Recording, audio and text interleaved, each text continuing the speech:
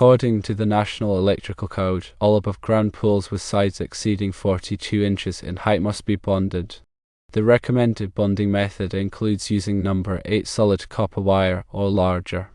Securely attach the bonding wire to the pool frame using stainless steel bolts or screws. Arrange the bonding wire in a loop or spiral around the circumference of the pool at a distance of approximately 6 inches from the top edge. Connect the bonding wire to a suitable grounding electrode, such as a ground rod, water pipe, or approved metal structure. Now, let's address the aluminum sides consideration. Aluminum is not a good conductor of electricity, so it is not necessary to bond the bonding wire to every individual strut on the pool frame. However, you should ensure that the bonding wire makes contact with the metal frame at multiple points to create a continuous path. A recommended bonding procedure involves attaching the number 8 solid copper wire to the pool frame at one point. Then run the wire around the circumference of the pool, hitting every other strut or at a minimum of every 3 feet. Secure the wire to the frame using bolts or screws. Finally, connect the bonding wire to the grounding electrode using the approved method. It is crucial to ensure that all electrical connections are tight and secure. The bonding wire should not be painted or covered with any non-conductive material. It is highly recommended to hire a licensed electrician to perform the bonding for safety and code compliance. The purpose of bonding is to create an equipotential plane, minimizing voltage differences and reducing the risk of electric shock in and around the pool. An equipotential plane ensures that all metallic parts are at approximately the same electrical potential. This reduces the risk of electric shock if a fault occurs. The National Electrical Code provides specific guidelines for bonding swimming pools to ensure safety. These guidelines must be followed to reduce electrical hazards. Firstly, understand the NEC requirements. The National Electrical Code Article 680 covers the requirements for electrical installations in and around swimming pools. Article 680.26 specifically addresses bonding requirements. Secondly, select the correct bonding conductor. Use number 8 solid copper wire or larger for bonding. This wire must be insulated or bare. The size of the wire is critical to handle potential fault currents. The grounding electrode system, which is connected to the pool's bonding grid, should include items such as a ground rod, metallic water pipe, or other approved electrodes. One must bond all metal parts of the pool structure, including the pool walls, pool frame, and any metal fittings. This creates an equipotential bonding grid that minimizes voltage differences. When dealing with aluminum-sided pools, it's important to understand the properties of aluminum. Aluminum is a good conductor, but its conductivity is less than copper. Because of this, it is essential to ensure that the bonding wire makes sufficient contact with the aluminum pool structure to create a reliable electrical path. Connect the bonding wire to the pool frame at multiple points. Although bonding every strut may not be necessary, ensure that the wire is connected at intervals no greater than every 3 feet. Use stainless steel bolts or screws to secure the bonding wire to the pool frame. Stainless steel is corrosion resistant and provides a good electrical connection. Do not use dissimilar metals that can corrode over time, as this can compromise the bonding connection. Position the bonding wire approximately 6 inches below the top edge of the pool. This ensures that the bonding wire is close to the water level, which is crucial for creating an effective equipotential plane. Route the bonding wire around the entire circumference of the pool. This creates a continuous loop that enhances the effectiveness of the bonding system. Make sure that the bonding wire is connected to the pool's pump motor. Pool pump motors should be bonded to the pool's bonding grid. This helps to ensure that the motor and the pool structure are at the same electrical potential. Connect the bonding wire to any metal parts within 5 feet of the pool's inside wall. This includes metal fences, ladders, and other metallic structures. Bonding these parts helps to extend the equipotential plane beyond the pool structure. Ensure that all electrical connections are mechanically sound and electrically continuous. Use appropriate connectors and fittings that are listed for bonding purposes. Make sure that the connections are tight and corrosion resistant. After installing the bonding system, test it to ensure that it is working correctly. Use a multimeter to measure the resistance between different points on the bonding grid. The resistance should be very low, ideally less than 1 ohm. Also, inspect the bonding connections regularly to ensure that they are still tight and corrosion-free. Regular inspections can help to identify and correct any issues before they become a safety hazard. If you are not comfortable working with electrical systems, hire a licensed electrician to perform the bonding.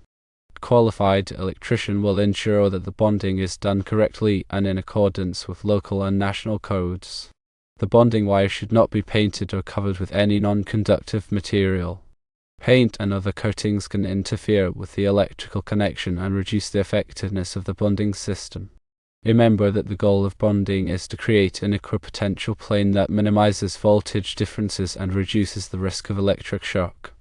By following these steps, you can ensure that your above-ground pool is properly bonded and safe to use. A number 8 copper wire is rated for its conductivity and ampacity, which is suitable for bonding purposes in pool applications. The wire must be solid to provide a robust and reliable connection. Stranded wire could be used, but it needs to be properly terminated to ensure a good connection. Solid wire is less prone to corrosion and provides a more consistent electrical path. Stainless steel bolts and screws are ideal for attaching the bonding wire to the pool frame because they resist corrosion. Galvanized steel can also be used, but it is more prone to corrosion over time, especially in a pool environment. Proper torque when tightening the bolts and screws is essential to ensure a secure connection without damaging the wire or frame. A grounding electrode is a conductive object that establishes an electrical connection to the earth. Common grounding electrodes include ground rods, metal water pipes, and concrete encased electrodes, also known as a U for ground. The grounding electrode provides a path for fault current to flow back to the source, which helps to trip a circuit breaker or ground fault circuit interrupter, or GFCI, and de-energize the circuit.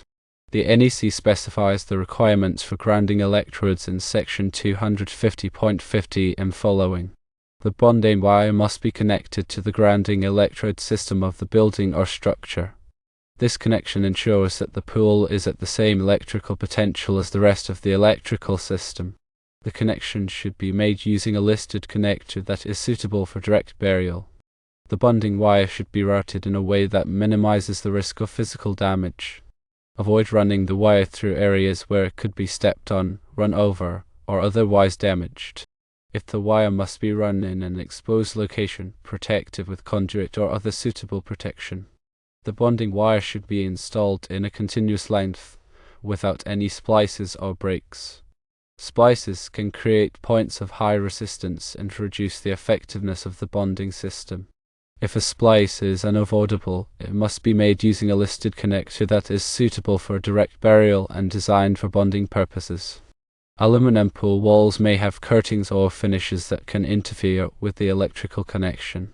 Remove any coatings or finishes from the areas where the bonding wire will be attached. This will ensure a good electrical connection between the wire and the aluminum.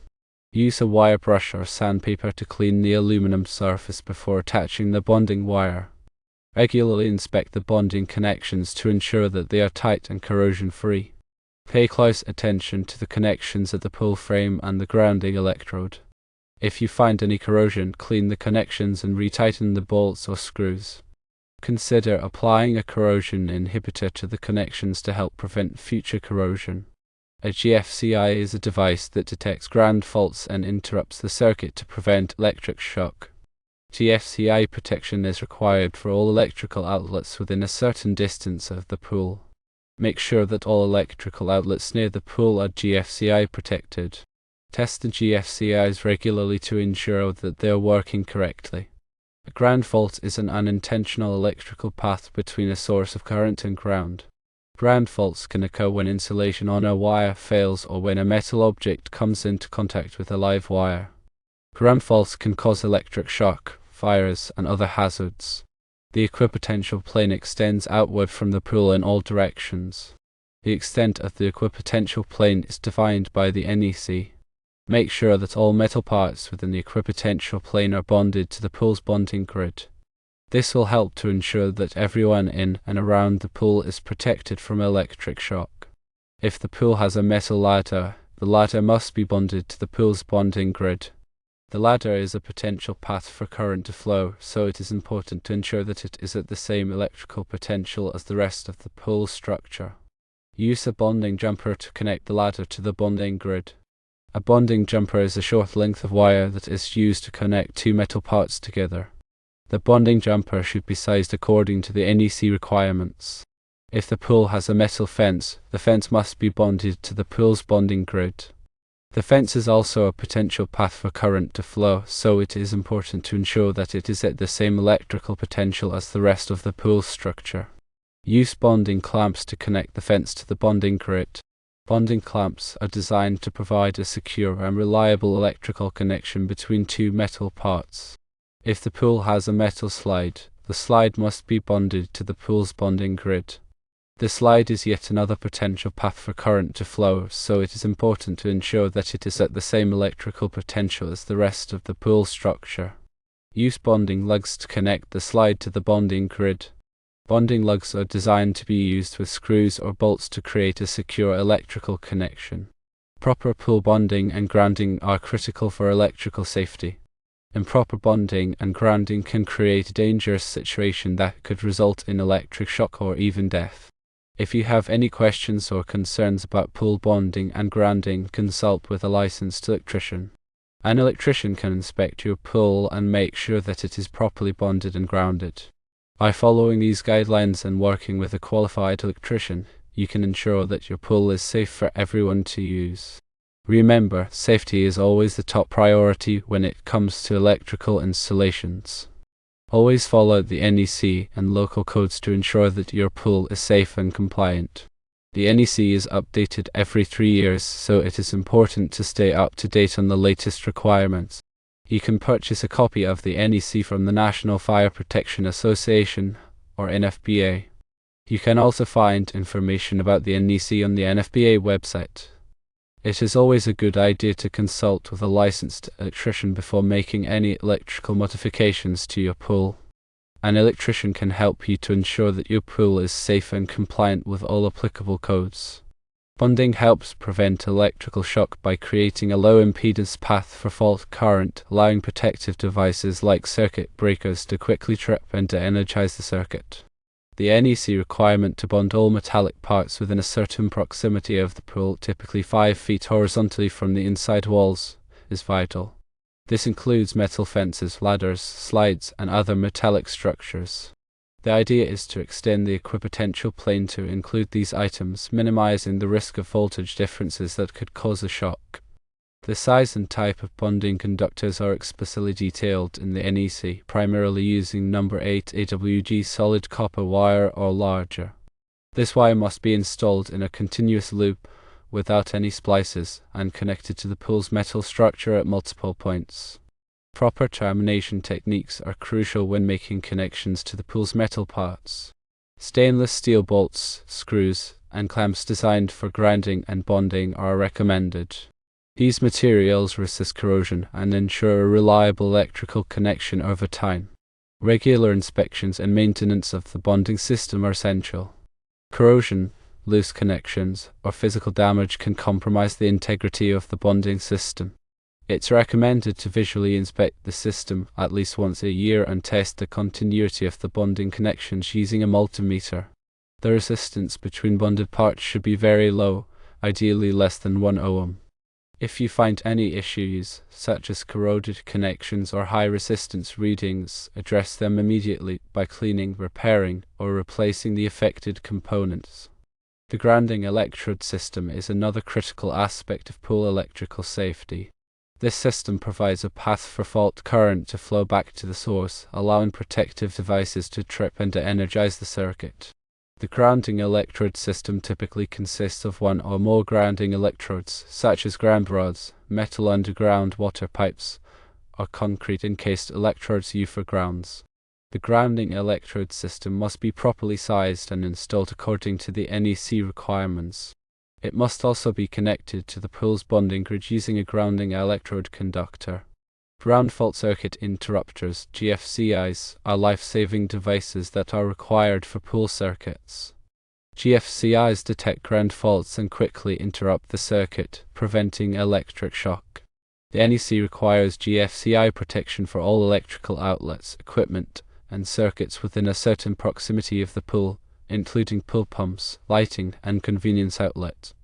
The most important thing is to hire a qualified and licensed electrician to perform any electrical work on your pool. A licensed electrician has the knowledge, skills, and experience to ensure that the pool is safe and compliant with all applicable codes and regulations.